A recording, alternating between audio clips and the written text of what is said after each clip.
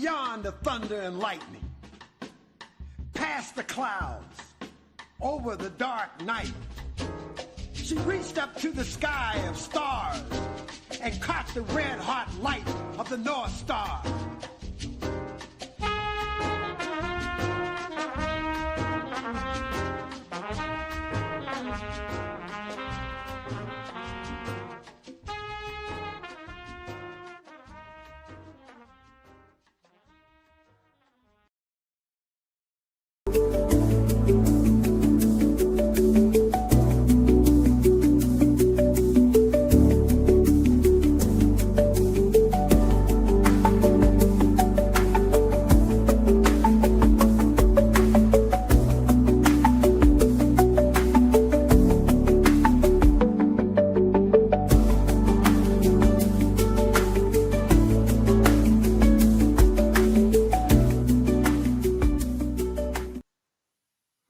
Greetings, welcome back, and as always, thank you all so much for joining us today.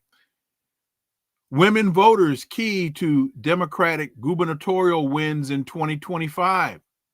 Governors-elect Mikey Sherrill, Democrat from New Jersey, and Abigail Spanberger, Democrat from Virginia, relied heavily on women voters within various demographic groups for their electoral success in 2025. Are these signals to pay attention to? Let's connect some dots and find out.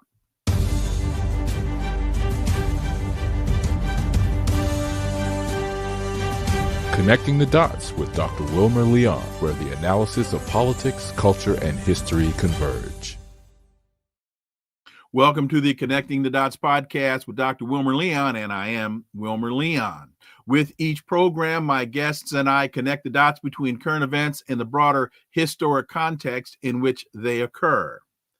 Before we get to our headlines, this Sunday, the 16th of November at 4:30 p.m. Eastern at the Howard University Blackburn Center in the Digital Auditorium, the Kwame Ture Society and the Mass Emphasis Children's History and Theater Company are presenting a children's tribute in honor and loving memory of the Black Power and Pan-African icon Kwame Ture. For more information, you can go to the Mass Emphasis Children's History and Theater Company, the Mass Emphasis Children's History and Theater Company. It will be a phenomenal tribute. Those kids are always exciting. Let's look at a few of today's headlines. The Washington Post reports China's new aircraft carrier, supercarrier, challenges U.S. dominance in the Pacific. The Fujian and its strike group represent a strategic game changer that will bring Beijing closer to its goal of eroding U.S. maritime primacy in its backyard. That's according to the Washington Post. China's efforts to blunt American maritime power in the Pacific, a region the United States has long considered its domain, received a major boost this month with the official launch of its third and most advanced by far aircraft carrier, the Fujian. The 80,000-ton supercarrier, which can accommodate about 60 aircraft and will be accompanied by as many as 10 warships, will dramatically narrow the naval capability gap between the U.S. and China. This is according to American, Japanese, Taiwanese, and Chinese analysts. According to the Post, it'll also bring Beijing to further intimidate rivals in the South China Sea and the Taiwan Strait. We're really entering a new era here, said Lyle Goldstein, an associate professor at the Naval War College. Well, folks, yes, we are entering a new era. But why does it have to be described in the context of, quote, enabling Beijing to further intimidate rivals in the South China Sea and the Taiwan Strait? Why can't it be enabling China to balance years or offset years of U.S. hegemony and intimidation in the region? When was the last time China invaded another country? Who is blowing up fishing boats in the Caribbean and Eastern Pacific? Is it China? No. I think it's the United States. Who has a carrier, the Gerald Ford battle group in the Caribbean, threatening Venezuela? Is it China? I don't think it is. So why is it that in the Washington Post, as this is being described, it's being described in an immediate confrontational context? This will enable Beijing to further intimidate rivals. Who is it intimidating now? When is it intimidating Brazil? Is it intimidating Russia? Is it intimidating India? Is it intimidating South Africa? Is it intimidating any of the other 15 or 16 countries that are in the BRICS organization? I don't think so. Is it intimidating Niger, Mali, the Sudan, Burkina Faso, Venezuela, Colombia, Ecuador? I don't think so. Is it plotting an invasion of Haiti? I don't think so. So I ask again, why does this have to be contextualized as enabling Beijing to further intimidate rivals? Native American woman nearly deported after Polk County Jail issues ICE detainer by mistake. Now listen to this level of stupidity. A day before Arizona native Leticia Jacobo was scheduled to be released from an Iowa jail, her mom visited to verify pickup details with the staff. Erica Burns was excited to drive her daughter home after spending a month apart and wanted to make sure Jacobo wasn't forced to wait a minute longer than necessary.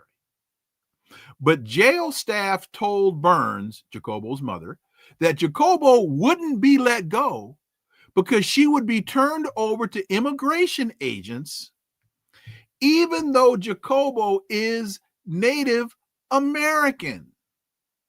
The 24-year-old was born in Phoenix, Arizona, and is a member of Arizona's Salt River Pima Maricopa Indian community. She was booked into the Polk County Jail in Des Moines, where she currently lives, in September for allegedly driving on a suspended license. Maria Nunez, Burns' sister, said it was terrifying to be told that Jacobo would be taken by federal agents, especially because no one appeared willing to correct the mistake at first. The issue was resolved, and Miss Jacobo is now back at home. But to me, this raises a couple of questions. First, where do you deport a Native American? The first people to inhabit this continent. Remember, the definition of deport is to expel a foreigner from a country, typically on the grounds of illegal status, and you usually send them back to their country of origin. So how do you deport a Native American? Where do you send them? Let's also connect this dot. As ICE immigration enforcement intensifies across the country, a Supreme Court ruling permits racial profiling as grounds for immigration stops. In September, the Supreme Court cleared the way for federal immigration enforcement agents in Los Angeles to use race, which actually doesn't really exist, ethnicity, language, accent, location, and employment type in deciding who to stop and potentially detain. This is why the Fourth Amendment reads as follows: the right of the people, not Americans, the people, to be secure in their persons, houses, papers, and effects against unreasonable searches and seizures shall not be violated, and no warrants shall issue but upon probable cause, supported by oath or affirmation, and particularly describing the place to be searched and the persons or things to be seized, end quote. Folks, that's called due process. What did Gil Scott-Heron tell us? They call it due process, and some people are overdue. We beg your pardon, America. Folks, understand, this Trump immigration issue is getting worse. It's not getting better. It's getting worse. It's not getting better. And when the Supreme Court allows for racial profiling, the one thing that a number of previous courts have all railed and rallied against, what direction are we headed? The court has held, temporarily anyway, that ICE can look at someone standing at a bus stop wearing a pair of khakis with darker than European skin, could be Italian in some, in Sicily and some other areas, could be it. Well, that's Sicilian, but you get my point. Could be Italian, swarthy looking skin tone, wearing a pair of khakis and a t-shirt, carrying a tool bag. And simply because that person is standing in a particular part of Los Angeles at a bus stop, dressed as I described, they can pull over, throw them up against the car. Let me see your papers. Somebody sitting on a curb at a Home Depot parking lot. And we know that for a very long time, day laborers congregate in the parking lots of Home Depots. And simply because you're sitting there, they can, and you might even be speaking with an accent. You might be Haitian. You might be born in Los Angeles, lived in the barrio, so you still speak with an accent, but you are an American citizen because you were born in the country. Throw you up against a car and make you have a very long afternoon. Folks, there's something seriously wrong with this picture. I said a couple of days ago, I was talking and speaking in reference to 9/11 and the so-called war on terror, which wound up really just being an assault on Americans' civil rights and civil liberties. And I had said that one of the big problems that you saw that came from that was we as a country were becoming the very people that we claimed to be fighting against.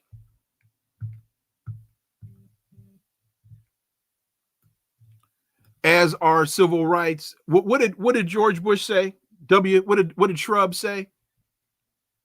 They hate us because of our freedoms. They hate us because of our liberties.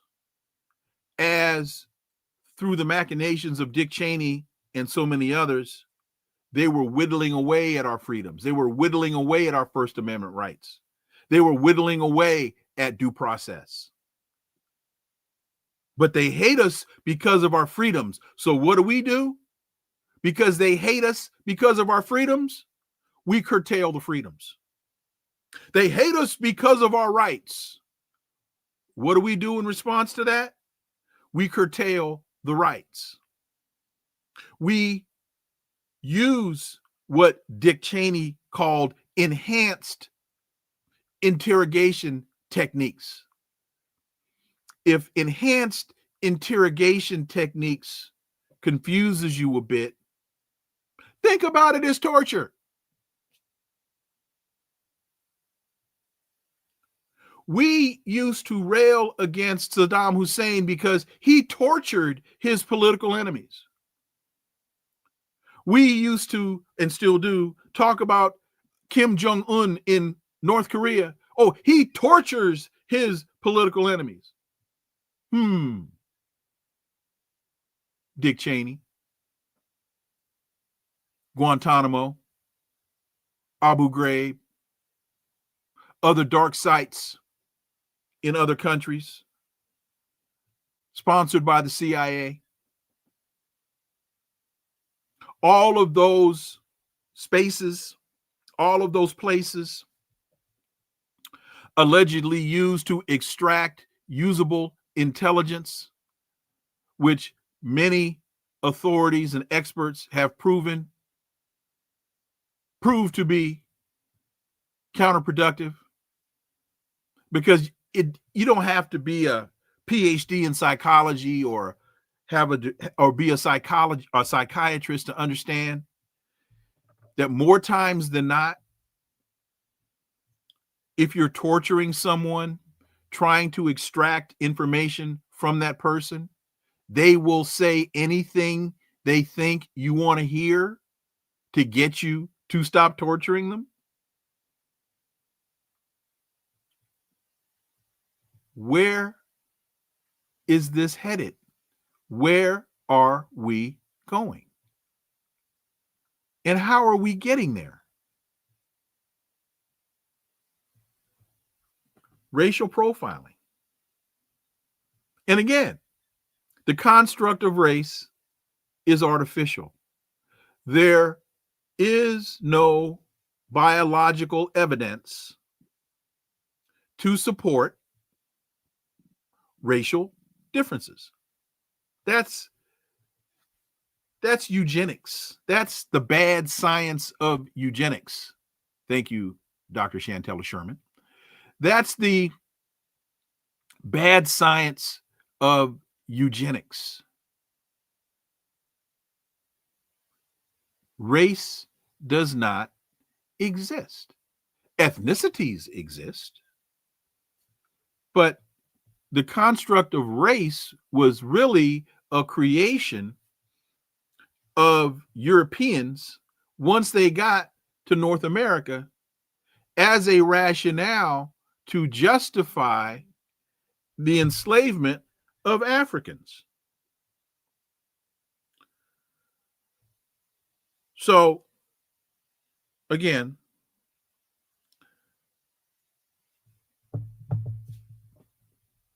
folks, where are we headed? That's what we're trying to figure out now. And I'm going to tell you, it's not headed in a very good direction. Let me jump to one other thing before we get to my guest. First of all,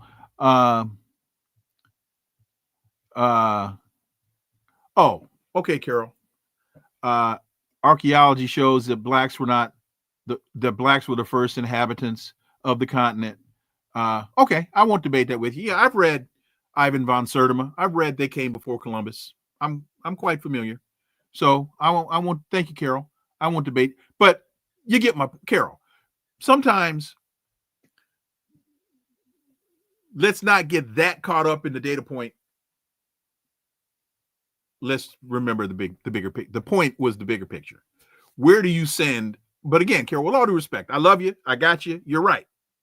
But Anyway, where are you going to send Americans? Where are you going to deport them?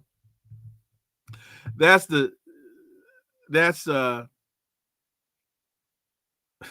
insane. So the issue before us today: women voters key to Democratic gubernatorial wins in 2025. Governors-elect Mikey Sherrill, Democrat from New Jersey, Abigail Spanberger, Democrat from Virginia, relied heavily on women voters within various demographic groups for their electoral success in 2025. My guest is a lifelong activist, educator, and thought leader, former dean of Africana Studies at Ohio University, former director of the King Center in Atlanta, former host of Morning Conversations with Tom Porter on WPFW 89.3 FM in Washington, D.C. He is none other than Tom Porter. My brother, as always, welcome back. Thanks for coming on. Good to be back. Let me give a couple of data points. Based on initial reporting from the voter poll, New Jersey Governor-elect Mikey Sherrill received support from 62% of women, 49% of men. Her strongest support came from Black women, 95%, Latinas, 73%, women aged 80 to 29, 81%. Her margin of success was smaller among white women at 54%. You can look at, as with her, Abigail Spanberger, strongest support came from Black women, 96%, Latinas, 78%, white women, 54%. Tom, when you look at these almost identical numbers between Black women and white women in those two races and in another races across the country, is this a signal to you? And if so, what does it signal? As Bob Dylan would say, the times they are changing.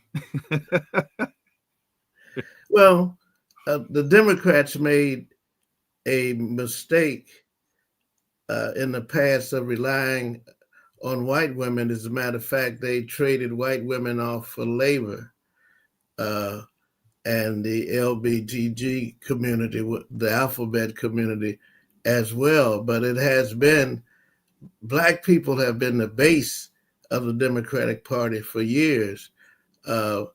Black men slacked off. I won't say they slacked off, but they could not depend on Black men as much as they could in the past. And it's not that Black men switched to the Republican Party. It's just that they simply moved away from the Democratic Party. But Black women have been, in the last 3 or 4 elections, have been the key to success for the Democratic Party, not only nationally, but down ballot as well. In Stafford County in Virginia, which is not known to be a progressive county, 4 Black women have key positions after the last election. And across the country, you've seen the increase in Black women in political positions, from mayors to state offices as well. So the times are changing. The Democratic Party can no longer count on the Black vote. And the fact of it is that both the women who ran for governors of New Jersey and Virginia were more on the liberal / close to progressive side. So we're becoming more intelligent voters. And one of the unintended consequences of the election of Donald Trump is his racism has not only moved Black people not only towards the Democratic Party, but more towards what they mistakenly call the left. You know, decent food, clothing, and shelter is not a Marxist idea. It's a human idea. So, yeah, I've never seen Donald Trump trying to sleep on the street. I've never seen Donald Trump pull up in front of a homeless shelter and ask if he can get a room. You mentioned black males have moved away from the Democrat Party. And I want to unpack that for a minute, because contrary to President Obama's castigation, it's not because we're apathetic. It's not because we're disinterested. It's not because we're complacent. To a great degree, a lot of it has to do with the fact that they're talking loud, in the words of that brilliant African-American philosopher, James Brown, they're talking loud and saying nothing. Or as Cameo would say, they're talking out the side of their necks. They're not putting anything substantive on the table for us to vote for. I think it's become very, very clear that unless the existing political, economic, and cultural and social dynamic changes in America, that Black people really don't have a real future that they can count on for their children. Mm-hmm. I mean, this MAGA movement is just about one person. It's about white leadership, not white people. They're following misleadership. Basically, see this as their last chance to consolidate white power. And it's not working that well, but I mean, they basically, the white Western man does not want to share power, even if it means the salvation of the planet. They'd rather see the planet crash, go up in flames, than to share power, than to move towards feeding the people, the children of the earth. So we're in a tricky situation, but I think we can pull out of it. What, as we look at the overwhelming support that Black women provided to Spanberger, provided to Mikey Sherrill, within the Democratic Party construct, does that say anything to you about Black women and Black men politically, or does it make sense since those were females running in the party? Or and with that, are there other data points that we need to pull into the conversation to give us an analysis in one direction or the other? Well, I mean, what we've seen in this country over the last 10, 15, 20 years is a push on the part of women, Black and white, mm-hmm. Brown and yellow, for more independence, more political power, what have you. At the same time, there has simultaneously been an oppression of Black men in many different ways, in terms of jobs, in terms of sports, although we see in sports in particular an increase in the number of Black basketball players, for instance, but we also see an increase in white European players. As a matter of fact, in a sport that is always been dominated by Blacks, the two players that they talk about most are two white players. Mm-hmm. So we have these things happening, but overall in the country, and I think what's more important, what the New York mayor's race represented, what Bernie Sanders represented, what Jesse Jackson, Rainbow Coalition, is pushing 84 and 88 to continue the work of Dr. King and the Civil Rights Movement, represents a shift in the willingness of people to say, I'm not going to let my positions be determined about whether or not I'm called a communist or a socialist or radical lunatic left, that doesn't mean that much to people, especially young people who are coming up and they see the dangers of climate change. They see the hypocrisy of their parents and the political leaders. At the same time, the world is changing. We have changes in Africa, changes in Latin America, changes in Asia. And it's not just China. The world is changing. And one of the fundamental ways that it's changing is that people are really concerned, everyday people, about food, clothing, and shelter issues and the conditions under which they obtain this. And that's all over the world. And America seems to be going backwards. They always talk about growth. Mm-hmm. They never talk about development. I mean, even most of the analysis of the New York race, it's based on quantitative analysis, not qualitative analysis. I mean, you can say that Montgomery didn't carry this, he didn't carry that, but the question is what he did carry, and what does that represent in terms of the changing demographics in the country? The changing demographics in the country, and I want to just respond to this comment here from Albert Wiggler. He says to Carol, what evidence, well, two people, as says, Carol, what evidence are you citing? And Wiggler says, I'm curious at the evidence as well. Tom, before you came on, I was talking about this story where they had arrested this Native American woman, and they were talking about deporting her. And the question was, where are they going to send her since she was born in Arizona and she's Native American? I made the point they were the original people on the continent. Carol made the point, well, Africans were here first. And Carol is absolutely right. And so to answer the question of evidence, and I mentioned this in the comment, I guess the two of you all didn't see this or hear this, Ivan von Sertima's They Came Before Columbus is one of the stellar pieces of literature discussing that. You can look at Dr. Ben, a lot of his work.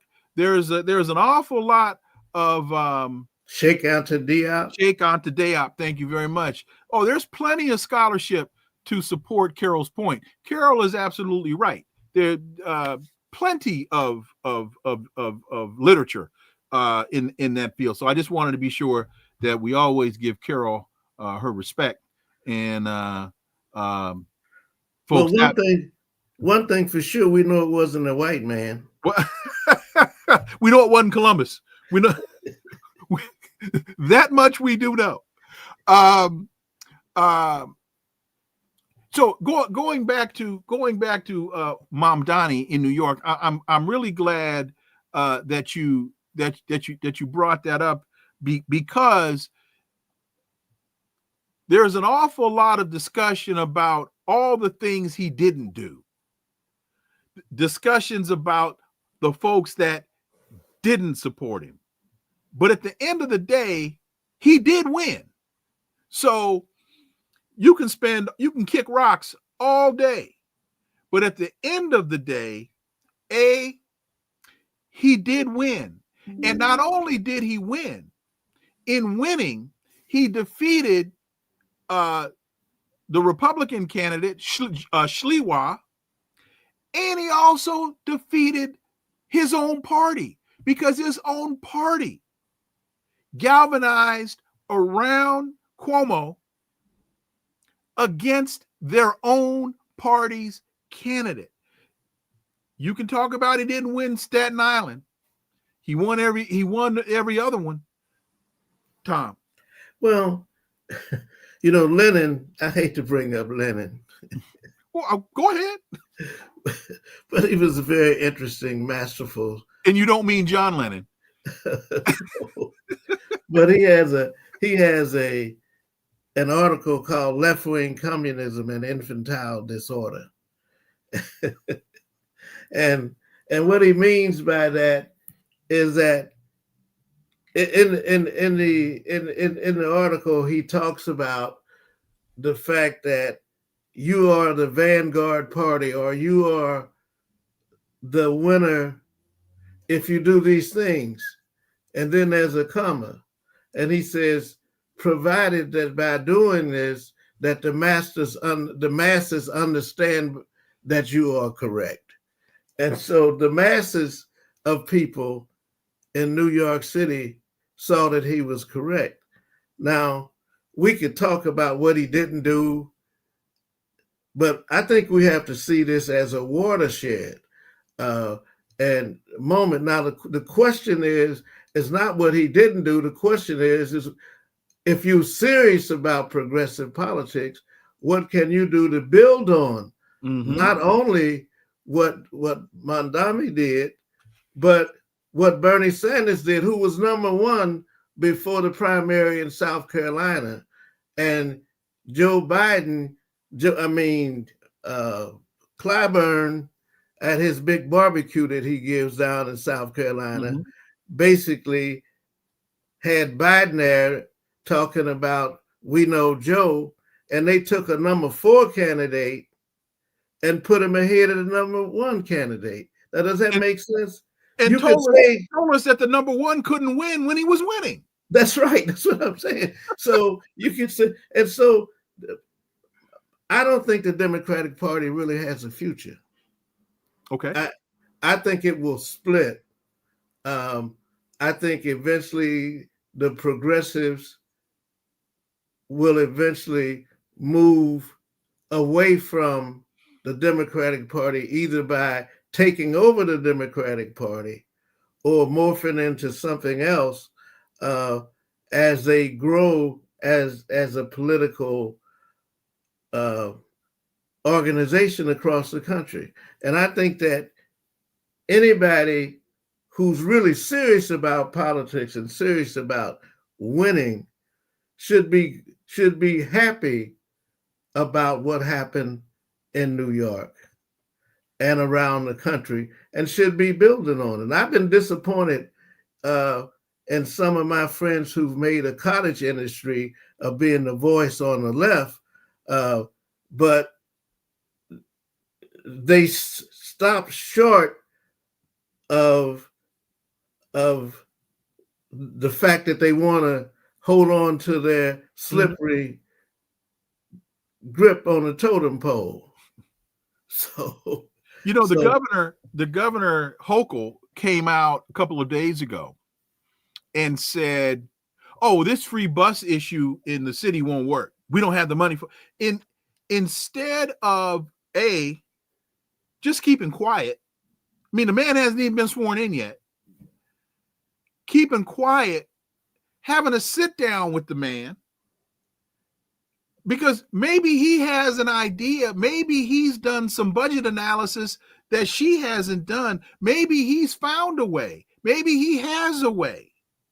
But for her to come out as early in this process as she has and try to put the kibosh on the issue of the buses says to me that she's operating in the interest of the established party, not really thinking about the best interest of the people that she is sworn to serve.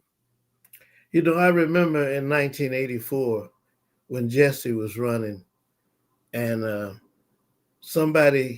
one reporter said, "Well, let's face it, Mr. Jackson, you can't win." And at that time, Jesse was number 3. And Jesse said, "There are at least 4 other candidates who would like to take my place." so there are a number of candidates who would like to be mayor of New York, including the former governor of New York. So the current governor of New York should really be thinking, well, obviously there was a significant number of people who said that he made sense and voted that way. So the question is, but right now, everybody, first of all, it's a shock that he won the primary. And it's even a greater shock that a Muslim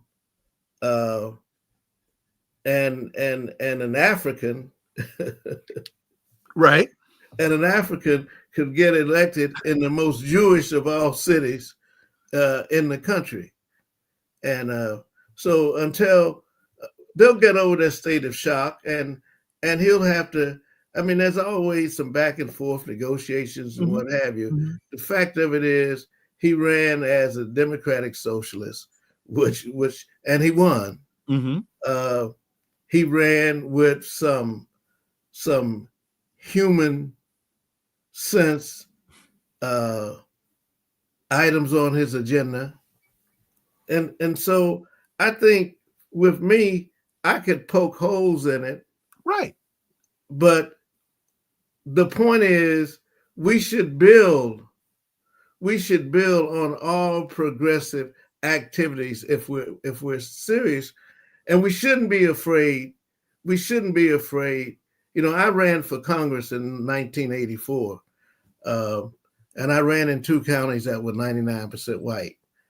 And the black politicians and the white politicians in the city of Cincinnati said, you shouldn't go out there, just show your literature, because their position was I couldn't win.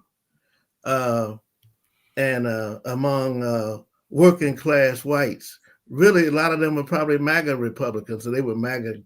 And so I did go out there. Long story short, I got 2,000 more votes than Mondale in Brown County, who was at the top of the ticket, supposed to help me, and 1,000 more votes than he did in Claremont County. Both counties 99% white. And my position was very clear. I said it openly, that if you like my position, you should vote for me. And if you don't, you shouldn't. But if you vote your racism over your interests, you're a fool. And what do we have now with MAGAs? Yes. Voting their racism over their interests. Over their interests. And so Mondami spoke to the interests of people, and they showed up and they voted for him. They didn't vote for the governor, a prominent family in New York politics, the Republican candidate, and they forced the black mayor out of the race. He forced the black mayor out of the race. And again, it's a continuation. It's a continuation of the motion which Jesse Jackson represented, which Bernie Sanders represented, which Barack Obama didn't represent. Barack Obama saw an opportunity to move into a space that Jesse had created, and the whites, particularly the Democrats, were looking for a way to marginalize Jesse's motion, and they did that by hiring Clinton hired most of Jesse's people, put them in key positions with titles, and moved the leadership away from the Democratic Party to the Democratic Leadership Conference, which is made up of Southern governors. So all of these black people had fancy titles but nothing to do. And Barack Obama moved into that space, but he was not an affirmation. He was an attempt to negate the motion that that Jesse had picked up from the movement. Bernie Sanders picked it up, and what Mondami did in New York was to negate the negation. Now that's if you study dialectical materialism, you would know about the law of the quantitative and qualitative changes, negation of negation. Just as in math, a minus and a plus equals a minus, but a minus and a minus equals an affirmation of something at a higher level. Anyway, we'll get into that at some other point. But what Mondami did was Bob Rhodes. He affirmed the fact that people will respond to politics that represents their interests in terms of food, clothing, and shelter, and other issues. And speaking of other issues, Emily Schrader, Wilmer Leon, Africans were here before Native Americans? Emily, yes, there is a tremendous, I hope we don't have to keep on this one, but yes, Emily, there is a tremendous amount of very well done research that will demonstrate that Africans were here before Native Americans. Yes, there's validation and support. If I had a moment, I could at least put my hands on they came before Columbus. But anyway, going just quickly, Tom, going back to the Reverend Jackson piece. Oh, I want to connect a couple of dots here. When we look at Zoran Mamdani, I used to tell my son, sometimes you have to redefine win. Sometimes what you initially set out to accomplish, you may realize in the process, you're not going to get there.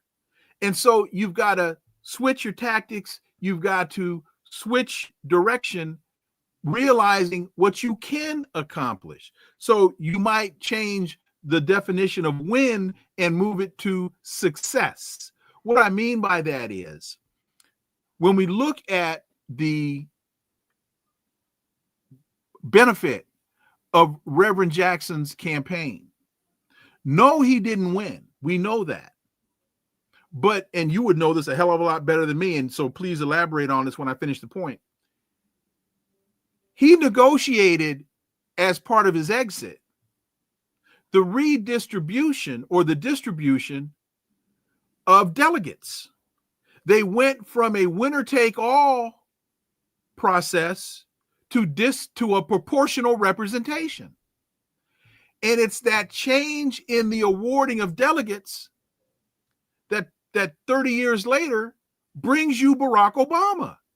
You don't have Senator Barack Obama capturing the Democrat Party nomination unless Reverend Jackson comes before him and demands, yes, I will leave the race, but on this condition, you change how you award delegates. Tom Porter. Yeah, that was he challenged the rules of the Democratic primary process, and because at that time it was front loaded, which meant the candidate that had the most money and got started early had an unfair advantage to win the primaries. And not only did Jesse challenge the party rules, but he effectively, by the votes that he got 20% of the vote, I think, in 1984, which would have given him a seat at the table. But they started, when Jesse announced that he was running, the JDL attacked him in the DC convention center where he announced that he was running for president. The JDL interrupted. So the whole Jaime thing was a hoax. Mm-hmm. Jesse he said it, but he never said it in a way that was derogatory. But even beyond that, nobody ever heard him say that.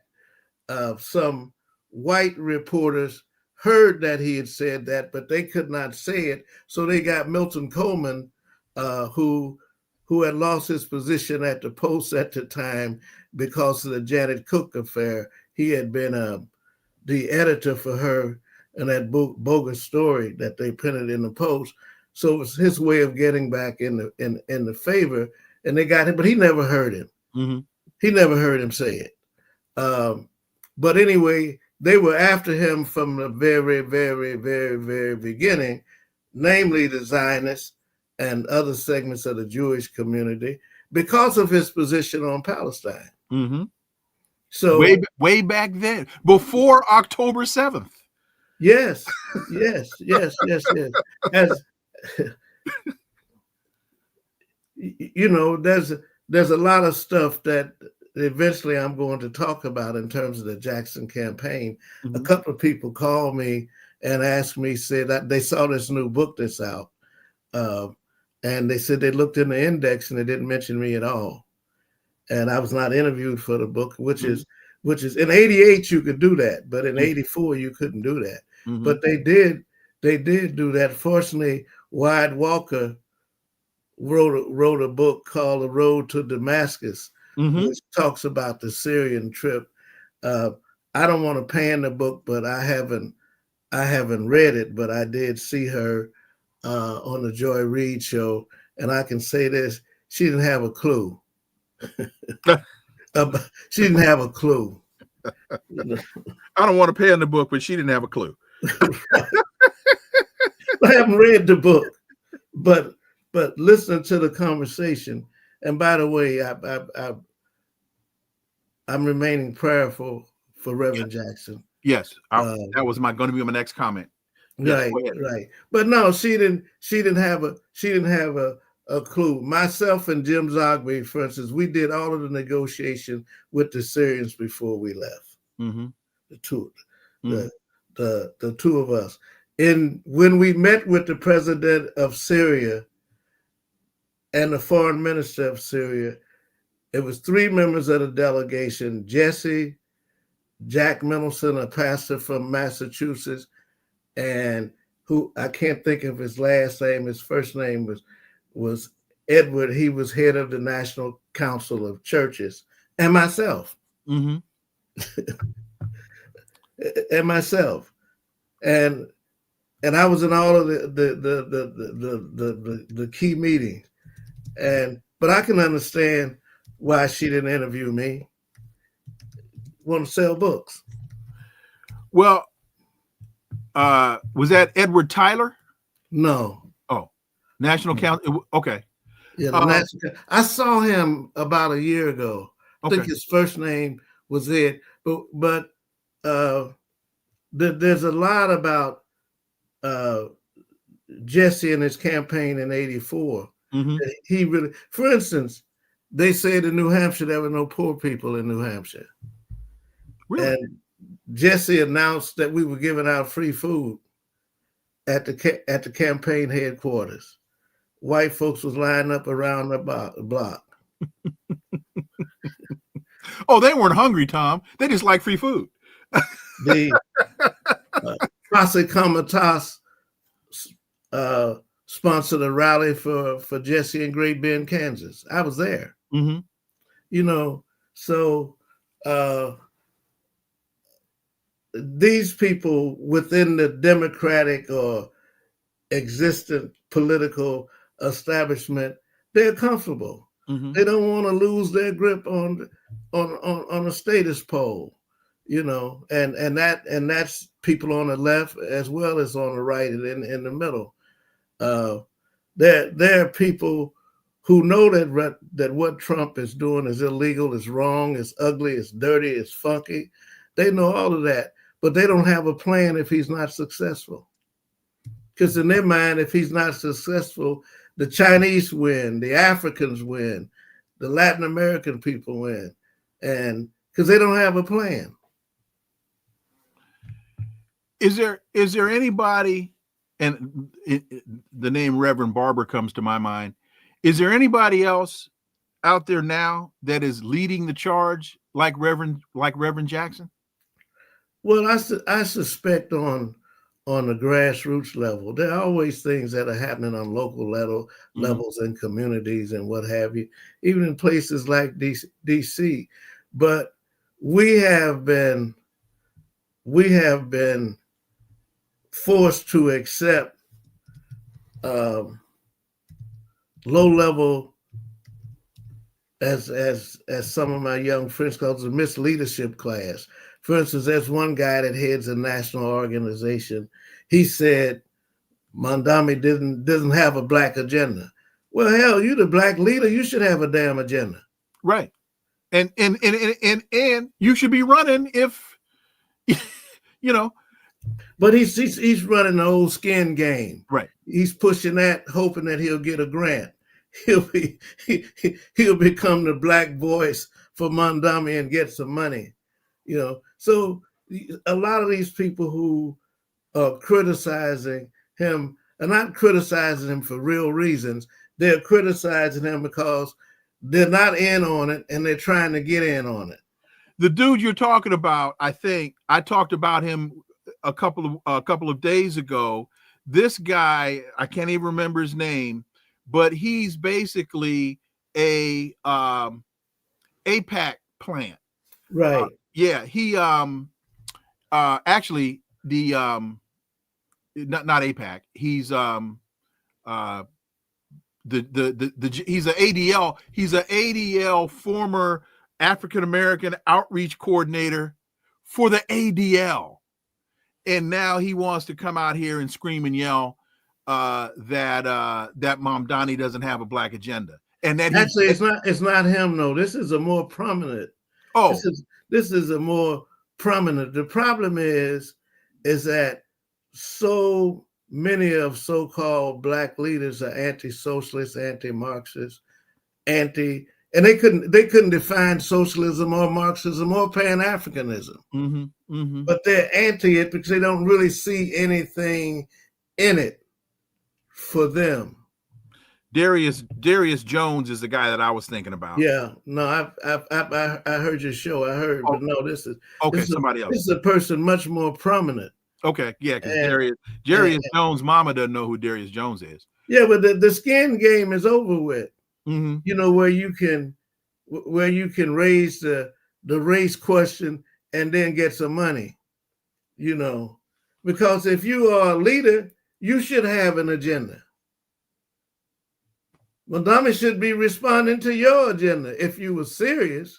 And also you shouldn't have to turn to the ADL to back your play. Or the JDL. You shouldn't have to turn to them to back your play. What that tells me is you don't have a play. If they're backing your play, you damn sure don't mean any good to black people. But, amen to that.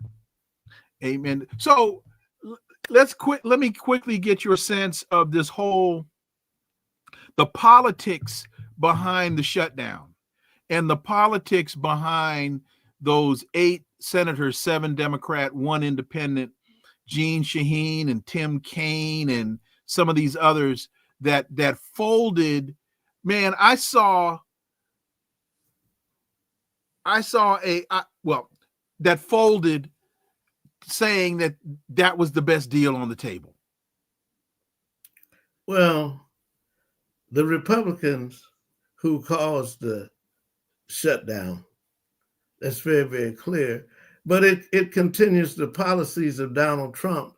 The fact of it is that for the first time in the history of the world, the currency of record has belonged to a debtor nation. Mm-hmm. America is in debt. Mm-hmm. And all of this DEI, there's some truth to it, but Trump is trying to reduce the debt by simply firing people and closing government agencies down, and since there's a significant number of stupid whites who actually believe that the reason why they're on their ass and don't have nothing is that the black people and the Latinos are running away with all of the money. Mm-hmm. This it's all about a money grab. Mm-hmm. That's how I see it. Right. That if you can't take money from the rich. You could, but you're not going to do that because they're letting you steal money too. So the Democrats, this Democratic Party really hasn't had. The last decent Democratic president was Jimmy Carter. Mm-hmm. The last serious Democratic president was Lyndon B. Johnson. Mm-hmm. And before him, FDR. Mm-hmm. Mm-hmm. So in between, you have nothing. Mm-hmm. And I don't know how true it is, but the word is that, what's his name? The minority leader. Hakeem Jeffries. No, he's in the House, in the Senate. Senate. Chuck Schumer. That Schumer wanted to settle the deal, and he was working with these 8, talking to them every day, pretending, good cop, bad cop. Right. Because he didn't, for a lot of reasons, it wasn't so much that the Democratic Party was going to be criticized, but if in fact it went on much longer, he was going to lose his position. And his position is not the Senate minority leader. His position is that he's a lobbyist for the state of Israel. Always has been. Always will be. So with all of that, a couple Tuesdays ago, Democrats wiped the floor with Republicans. Just trounced them. They compromised on Sunday.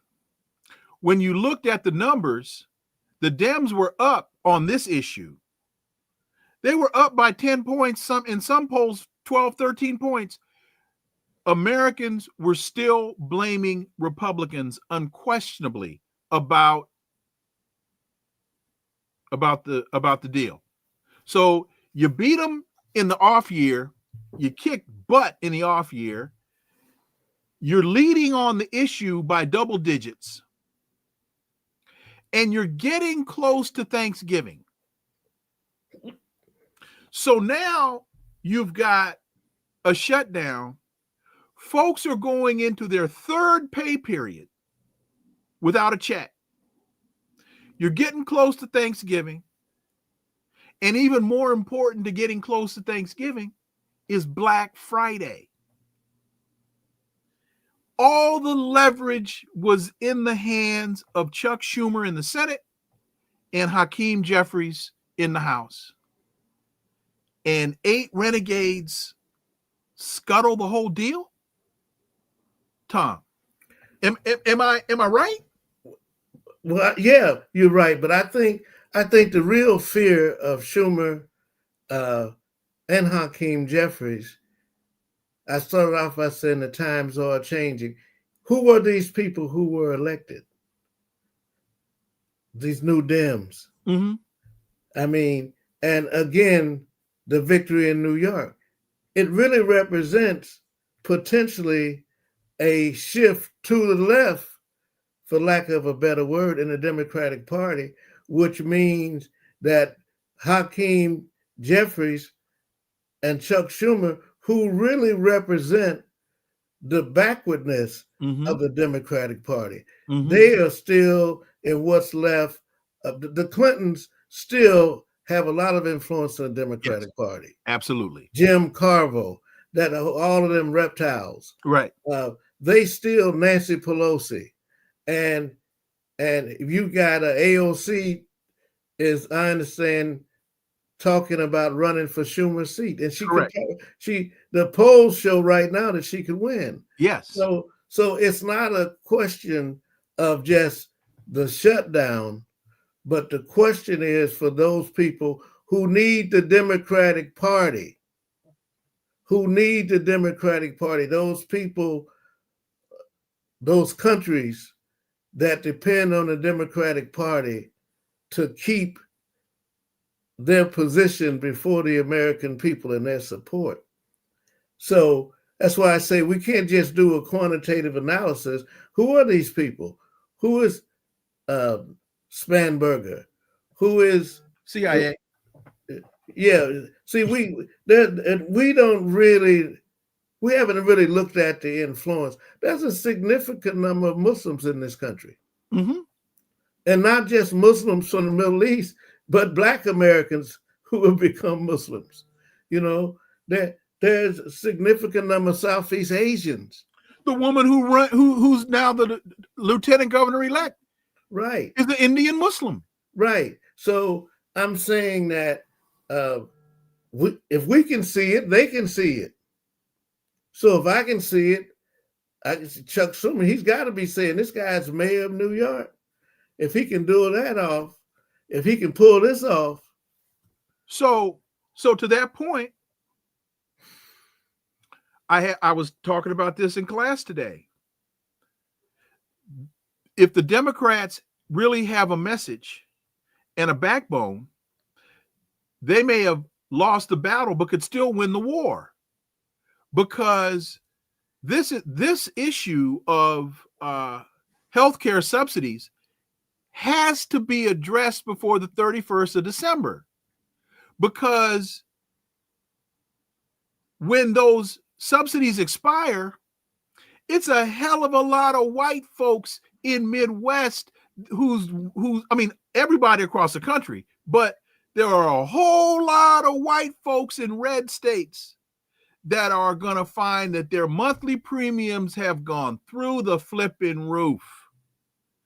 So they can't just sit quiet and let this thing go. So if Hakeem Jeffries is as tough as he's talking, they need right now to be talking about a vote in December if they're serious about this business. But to your point, that then shifts the focus to a more progressive conversation. Am I understanding you correctly? Yes, and if they lose their positions, which they could very well lose their position because everybody knows.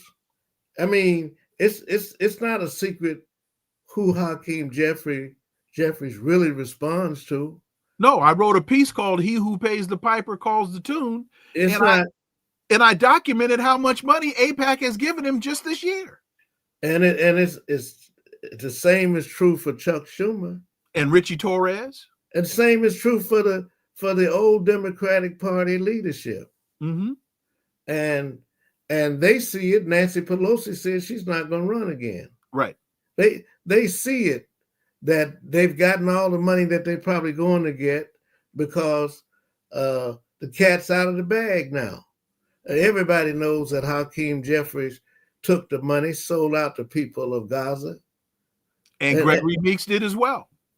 Everybody knows that. But what the wise people know, when I'm going to get out and take my money while I can. Mm-hmm. I'm not going to spend the will again. I got enough. I'm getting out. So, and if they can't save healthcare, it's over with. It's absolutely through. Absolutely. And also, if Hakeem Jeffries were really on top of the game, the conversation wouldn't simply be Affordable Care Act subsidies. It would be truly healthcare reform, not health insurance reform. It would be healthcare reform. But they're not thinking that strategically. There's a possibility of a new political formation made up of people from the right and people from the left. Because when you start talking about some white folks going to wake up, some of them are waking up. Mm-hmm. Even some of them who voted for Trump are now having second thoughts. Mm-hmm. Because when I can't get medical treatment, when my kids can't get medical treatment, when I can't get my food stamps, I was hoping that people wouldn't realize that it's more of us white people getting food stamps and Obamacare than black people. But now it's out. And so it's an issue. The Democrats had a chance to win, but the Republicans didn't win. They just bought a little time. The government might be back open, but the biggest problem, which is the problem of healthcare, has not been solved. And And once people start, I mean, people already talk. I had lunch with a friend today, and he was talking about how whatever company he was with separated from, he had worked for the federal government. And so he was able to get on Care First, but he said his stuff has gone up. So, and he's retired. What about people who are working? Right. And then the working poor. And the stock market is going up and down, up and down, up and down. And everybody's retirement. I don't know how they got people to buy into 401k or whatever that foolishness is. It is better. When it came time for me to get my Social Security, I got it. Mm-hmm. Say, well, if you wait a couple more years, you'll get more. A couple more years, I might be dead. So, Tom Porter. Yes, my sir. brother. As always, man, thank you so much. Greatly, greatly appreciate it. Look forward to having you back. Thank you. Have a good one. Folks, again, Brother Tom Porter, thank you so much. And thank you all so much for staying with us today, connecting the dots with Dr. Wilmer Leon. And we must send our prayers to Reverend Jesse Jackson. He's been hospitalized. He's stable amid a rare brain disorder diagnosis. He's in Chicago. And it's nuclear palsy. It's a progressive supranuclear palsy is what he has been diagnosed with. So we must keep him in our prayers. And again, I want to thank you all so much for joining us today. Greatly, greatly appreciate it. All, please subscribe, share the show. All the contacts are below in the show description. And next week, we're looking to have, we're going to be talking about Venezuela as all this discussion now is, all this threatening, jingoistic language telling us that we're days away from attacking Venezuela. What a fiasco. What a big mistake. Anyway, remember, folks, that this is where the analysis of history, politics, and culture converge. A talk without analysis is just chatter. And we don't chatter here on Connecting the Dots. See y'all on Monday. Until then, enjoy your weekends. Have a blessed, blessed, blessed weekend. Peace. I'm out.